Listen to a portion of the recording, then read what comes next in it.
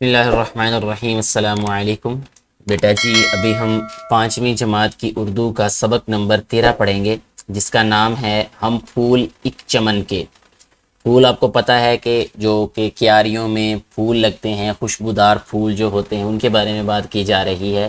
یعنی یہ تشبیہ دی جا رہی ہے، یعنی کسی چیز کی تشبیہ دی جاتی ہے اس کی خوبی کی وجہ سے۔ جیسے کہ پھولوں میں خوشبو ہوتی ہے، اس خوشبو کی وجہ سے پھولوں کے ساتھ کسی چیز کی تشبیہ کا مطلب ہوتا ہے عکس، ٹھیک ہے، یا اس کی جو ہے وہ اس جیسا۔ ایک چمن کہتے بیٹے باغ کو، ٹھیک ہے، یعنی ہم لوگ جو ہیں وہ ایک چمن کے پھول ہیں۔ پھول سے مراد ہم لوگ انسان جو لوگ ہیں، چمن پاکستان یعنی ہمارا جو پیارا وطن ہے، اس کو جو ہے وہ چمن کے ساتھ تشبیہ دی گئی ہے اس سبق میں، ٹھیک ہے۔ یعنی یہ نظم ہے ایک، اس کو ہم پڑھنے جا رہے ہیں یا پڑھیں گے، تو اس کا جو معنی ہے وہ میں نے آپ کو بتانے کی کوشش کی ابھی۔ اس کے بعد ہم تھوڑا سا آگے بڑھیں گے۔ سوچیں اور بتائیں، آپ کو اپنے وطن کی کون سی بات سب سے زیادہ پسند ہے اور کیوں پسند ہے؟ مجھے اپنے وطن کی بہت زیادہ باتیں پسند ہیں، جن میں سے چند ایک یہ ہیں کہ اس کا پرچم جو ہے وہ اس بات کی نشاندہی کرتا ہے، یہ جو سبز اور سفید، اس کو ہلالی پرچم بھی کہتے ہیں۔ اس میں جو ہرا رنگ ہے یا جو سبز رنگ ہے وہ مسلمانوں کو ظاہر کرتا ہے، ٹھیک ہے، کیونکہ وہ زیادہ تعداد میں ہے، اور یہ جو سفید رنگ ہے اس میں وہ اقلیتوں کو ظاہر کرتا ہے۔ اقلیتوں کا مطلب جو کم جو ہے وہ لوگ ہیں، یعنی کم تعداد میں کم ہیں، غیر مسلم لوگ جو ہیں۔ پرچم کسی قوم کی عزت اور احترام کی علامت کیسے ہوتا ہے؟ کیونکہ پرچم جو ہے یہ ظاہر کرتا ہے، دوسرے لوگوں سے، دوسری اقوام سے الگ کرتا ہے، یہ نمائندگی کرتا ہے یہ کسی بھی ملک کی، اور اس کی جو بنیاد ہوتی ہے یا اس کا آپ کہہ لیں کہ روح ہوتی ہے، اس کا مطلب ظاہر کرتا ہے یہ۔ جیسے ہمارا جو سبز ہلالی پرچم ہے، ٹھیک ہے، یہ ہمارے ملک کی عزت ہے۔ اس کی وجہ یہ ہے کہ اس میں جو رنگ ہیں، میں نے پہلے بھی سوال میں آپ کو بتا دیا اس کا جواب، وہی جواب آپ اس میں لکھ سکتے ہیں کہ اس میں جو سفید اور سبز رنگ ہے وہ ایک مخصوص پیغام کو ظاہر کرتے ہیں، اور اس میں یہ جو چاند ستارہ ہے وہ اس میں ایک مخصوص پیغام کو ظاہر کرتا ہے۔ تو اس لیے جو ہر ملک کا جھنڈا ہوتا ہے، کسی بھی قوم کا جو جھنڈا ہوتا ہے، وہ اس کی نمائندگی کرتا ہے، یعنی اس میں جو پیغام ہوتا ہے اس قوم اور ملک کی سوچ کا، اس کو ظاہر کرتا ہے۔ کیا آپ جانتے ہیں کہ پاکستان کے جھنڈے میں سبز رنگ مسلمانوں اور سفید رنگ دیگر مذاہب اور اقلیتی لوگوں کی نمائندگی کرتا ہے؟ یہ میں پہلے بھی آپ کو بتا چکا ہوں، تو یہاں دوبارہ انہوں نے بتا دیا ہے۔ اب ہم بیٹے چلتے ہیں سبق کی جانب، لیکن اس سے پہلے ہم سوال نمبر 1 کو پڑھیں گے، یعنی اس کو دیکھیں گے کہ سوال نمبر 1 میں کیا لکھا گیا ہے، کیونکہ الفاظ معنی ہوتے اس میں، ہم پہلے اس لیے پڑھ لیتے تاکہ جب ہم سبق پڑھیں تو ہمیں وہ پہلے ہی ان کے معنی پتہ ہو، ہمارے لیے آسانی ہو رہے سمجھنے میں سبق کو۔ تو پہلا لفظ ہے بیٹا یہاں پہ چمن کہتے ہیں بیٹا باغ کو، ٹھیک ہے، اور اس کے بعد دوسرے نمبر پہ ہے نگر کہتے ہیں شہر یا قصبے کو، ٹھیک ہے، نگری بھی کہتے ہیں، نگر قصبہ یا شہر، اور تیسرے نمبر پہ ہے دمن یہ ہے پہاڑ کا دامن یعنی وادی، ٹھیک ہے بیٹا۔ اچھا، اس کے بعد ہے جلوہ کہتے ہیں نظارہ، سدا ہمیشہ، تنظیم یہ ہے ڈسپلنڈ، جسے ہم کہتے ہیں ڈسپلنڈ ہونا، اس کو تنظیم کہتے ہیں اردو میں، منظم جماعت یا نظام، ٹھیک ہے بیٹے۔ اچھا، اب ہم سبق کی جانب آتے ہیں دوبارہ۔ جی بیٹے، سبق کا آغاز کرتے ہیں۔ اب اس میں پہلے لکھا ہے تلفظ سیکھیں۔ تلفظ میں پہلا لفظ ہے ہمارے پاس گلشن، ٹھیک ہے، اس کے بعد ہے گلستان، اس کے بعد ہے تنظیم، پھر ہے یقین، پھر ہے دمن۔ جی بیٹے، اس جو نظم ہے اس میں کل 3 بند ہیں ہمارے پاس۔ پہلا بند جو ہے اس کو پڑھتے ہیں اور ساتھ میں اس کی وضاحت کرنے کی کوشش کرتے ہیں ابھی ہم مل کے۔ اگر آپ لوگوں کو کوئی نئی بات آپ کے ذہن میں ہو، یا مزید میری بتائی گئی باتوں کے علاوہ بھی آپ کے پاس کوئی علم اس سے متعلقہ ہو، تو آپ نیچے کمنٹ باکس میں ضرور لکھا کریں، تاکہ اور جو لوگ بھی اس ویڈیو کو دیکھیں، یا بیٹے اور بیٹیاں یا کوئی ٹیچر بھی دیکھیں، تو ان کے لیے بھی آسانی ہو جائے اور مزید نیا کچھ سیکھنے کو مل جائے۔ ہمارا اصل مقصد تو یہی ہے کہ ہم مل جل کے جو ہے وہ کچھ نیا سیکھیں اور ایک دوسرے کی زندگیوں میں آسانی کی وجہ بننے کی کوشش کریں۔ تو یہاں بیٹے سب سے پہلا اس کا جو مصرع ہے وہ یہ ہے کہ پرچم وطن کا ہم کو ہے جان سے بھی پیارا، یعنی اس جو مصرع ہے اس میں کہا گیا ہے کہ ہمارا جو پرچم وطن کا، یعنی جو ہمارے ملک کا جھنڈا ہے وہ ہم کو اپنی جان سے بھی پیارا ہے۔ آنکھوں کا ہے اجالا، یعنی یہ ہماری آنکھوں کا نور ہے، ہماری آنکھوں کی بینائی ہے، یعنی یہ ہماری آنکھوں کی کہہ سکتے ہیں کہ سکون کی وجہ ہے، ٹھیک ہے۔ یہ چاند، یہ ستارہ، یعنی اس کے اندر یہ جو چاند اور ستارہ ہے یہ ہماری آنکھوں کے سکون کی وجہ ہے، یہ یعنی محبت کی، یہ آپ کہہ لیں کہ محبت کی نشانی ہے۔ کسی بھی چیز سے جب انسان کو محبت ہوتی ہے، جیسے والدین کو اولاد سے محبت ہوتی ہے، تو والدین یہ کہتے ہیں کہ بھئی یہ میرا بیٹا جو ہے یا میری بیٹی جو ہے یہ میری آنکھوں کا تارا ہے، یہ میری آنکھوں کی ٹھنڈک ہے، یہ میری آنکھوں کا سکون ہے۔ تو اسی طرح جو شاعرہ ہیں وہ یہ کہہ رہی ہیں، کیونکہ اس نظم کو لکھنے والی ایک شاعرہ ہیں، اس لیے میں یہ کہہ رہا ہوں کہ شاعرہ۔ تو بیٹے اس نظم کی جو شاعرہ ہیں وہ یہ کہہ رہی ہیں کہ محبت کی جو انتہا کہہ لیں یا محبت کی اونچائی یا بلندی کہہ لیں، اس کے مطابق جو ہے یہ جو چاند اور ستارہ ہے، یہ جو پرچم ہے، یہ آنکھوں کا کیا ہے؟ اجالا ہے، آنکھوں کا نور ہے، آنکھوں کے لیے آپ کہہ لیں ٹھنڈک ہے۔ جلوے ہمارے دل میں اس کی کرن کرن کے، ٹھیک ہے، یعنی یہ جو جلوے ہیں ہمارے دل میں یہ جو روشنی ہے وہ اسی کی وجہ سے ہے، ٹھیک ہے۔ اس کی کرنیں جو ہیں، یعنی یہ جو ہمارا پیارا وطن کا، ہمارے پیارے وطن کا جو جھنڈا ہے یا جو پرچم ہے، تو اس کی جو کرنیں ہیں، اس کی جو روشنی ہے، اسی کی وجہ سے ہمارے دل جو ہیں وہ منور ہیں، ہمارے دل جو ہیں وہ روشن ہیں۔ ہم پھول ایک چمن کے، ہم سبھی جو لوگ ہیں، ہم سبھی جتنے بھی اس میں رہنے والے ہیں، وہ سارے کے سارے پھولوں کی مانند ہیں جو کہ ایک ہی باغ کے پھول ہوتے ہیں، کیونکہ ہمارا ملک ایک ہے، ہمارا وطن ایک ہے، اس لیے ہم سارے کے سارے لوگ جو ہیں وہ متحد ہیں، ایک ہیں۔ ایسے ہی جیسے کہ باغ میں جو پھول ہوتے ہیں، آنے نہ دیں گے اپنے گلشن میں ہم خزاں کو۔ یہ بہت ہی پیاری بات ہے، یہاں پہ ایک ارادے کا اظہار کیا گیا ہے، اپنے جو ہے وہ جذبے کا اظہار کیا گیا ہے اس مصرعے میں، کہ ہم کسی بھی صورت میں انشاءاللہ اپنے جو چمن ہے، یہ جو باغ ہے، یعنی جو ہمارا پیارا وطن پاکستان ہے، اس کو کبھی بھی نیچے نہیں جانے دیں گے۔ خزاں کا مطلب بیٹے یہ ہوتا ہے کہ ایسا موسم جس میں پتے جھڑتے ہیں، ٹھیک ہے، یعنی جو علامت ہوتا ہے خشکی کی کہہ سکتے ہیں آپ، باغ میں جو ہریالی ختم ہو جاتی ہے نا، اس کی علامت ہوتا ہے خزاں کا موسم۔ تو ہم انشاءاللہ پوری کوشش کریں گے، سارے جو ملک میں رہتے ہیں لوگ، جیسے آپ لوگ بیٹے اور بیٹیاں ہیں، ہم اساتذہ ہیں، ہم سبھی لوگ کی انفرادی طور پر یہ ذمہ داری بنتی ہے کہ ہم اپنی اپنی ذمہ داریوں کو احسن طریقے سے نبھائیں۔